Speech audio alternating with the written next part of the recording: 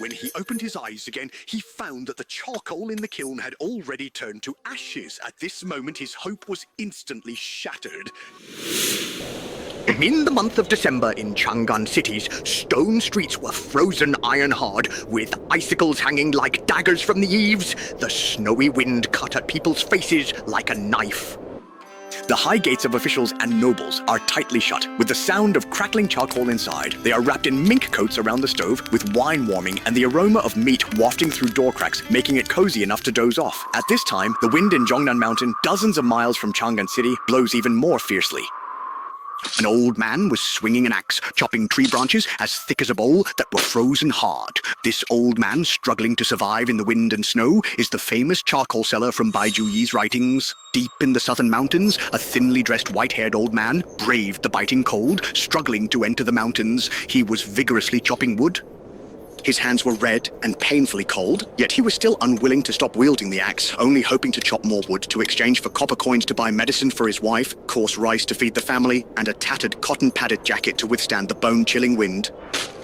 The old man returned home, too busy to care about hunger, and hurried to the kiln to chop wood and burn charcoal. Sparks flew onto his furrowed face. Smoke made it hard for him to open his eyes, and his 10 fingers were stained black with charcoal dust, like 10 charred branches. The continuous intense work left him exhausted, and he accidentally dozed off.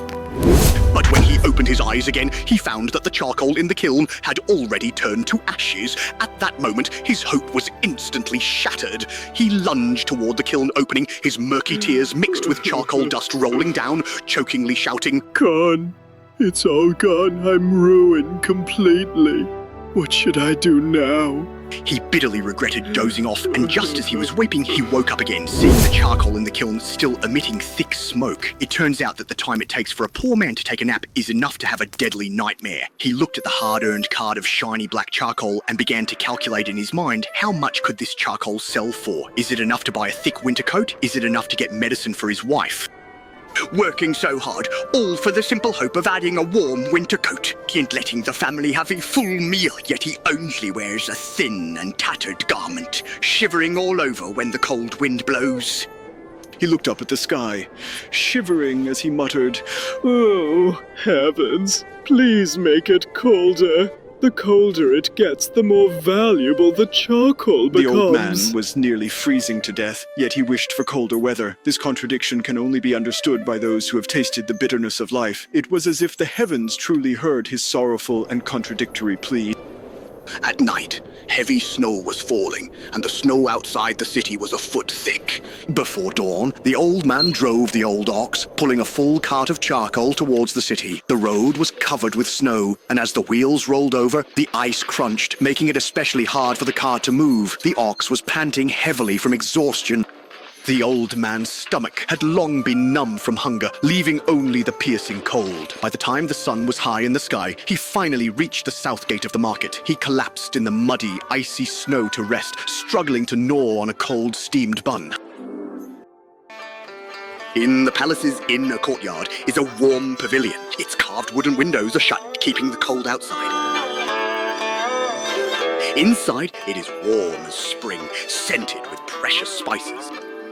A middle-aged eunuch, dressed in luxurious mink fur and exuding an extraordinary demeanor, was reclining on a bed covered with brocade cushions. The eunuch stretched lazily with satisfaction, picked up a delicate pastry, and savored it. He frowned slightly, seemingly dissatisfied with the taste of the pastry, or perhaps annoyed that the early morning task on such a cold day disturbed his peaceful dreams. "Yesterday the snow was heavy and the palace is running low on charcoal. Go to the market and find some high-quality charcoal. Get more to handle the emergency. Remember, follow the old rules, use the old sand and odds and ends from the warehouse to settle the account. Move quickly, don't miss the timing." Yes, Godfather, I understand. I'll take care of it right away. He swiftly turned around and quickly exited the warm pavilion. The order was soon passed outside, where 2 strong, well-fed horses were already brought to the gate. He mounted a horse, accompanied by an attendant in a snow-white silk robe. Then a rain galloped swiftly towards the palace gate. Just as the old man was huddled in the muddy snow waiting for buyers, the sound of urgent hoofbeats suddenly came from afar. People hurriedly closed their doors and windows. Two eunuchs dressed in yellow and white rode up to the old man on two tall horses. The eunuch in yellow reined in the horse and tossed down a roll of yellow paper from above. The old man! The Emperor has ordered that your charcoal is requisitioned for the palace.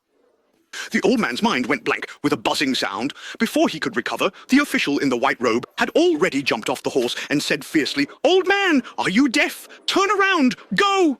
Head to the northern palace." Saying this, he forcefully pulled the ox rope, turned the cart around, and led it away. The old man seemed struck by lightning, kneeling in the muddy snow, not far from the ox cart, his withered hands desperately clutching the ox rope. Sir, please, this worth over 1,000 jin of coins is my lifeline. I beg you to have mercy. Stop talking nonsense. It's a great privilege that the government is requisitioning it. Hurry up! The white-robed eunuch forcibly drove the ox cart forward. The old man was extremely reluctant, yet helpless, stumbling and crying all the way, his voice hoarse and strength exhausted. Finally, the white-robed official took out half a piece of thin red gauze and a length of silk, casually draping them over the ox's head. Take it. A reward from the palace. Enough to cover your costs. Don't be ungrateful. After saying this, he left abruptly, leaving the old man alone, kneeling in the cold snow, crying out in pain. Just as the old man had wished earlier, the weather became even colder, but this severe cold now felt like countless ice picks piercing his broken heart. This was no longer the hoped-for blessing, but the most merciless mockery and trampling of fate. Not far away, at the pointed window of a restaurant, the poet Bai Juyi took it all in. His fingers, gripping the wine cup tightly, turned white from the force, and his chest surged with uncontrollable grief and anger. It turns out that the common people at the bottom of society are already struggling with all their might just to survive, yet they cannot withstand the casual wave of a hand from those in power. He heavily put down the wine cup, walked to the desk, picked up the brush, and wrote the poem, The Charcoal Cellar. This is more than one old man's experience. It is a microcosm of millions of poor people under oppression. They work hard, only to be ruthlessly exploited by those in power. Bai Juyi wrote this poem to use his pen to fiercely tear open this devouring world. Power is like a knife cutting off the people's livelihood. The hardships of the lower class are indescribable, and the sufferings of the world should not let the sighs of the weak become the silent lament of the era.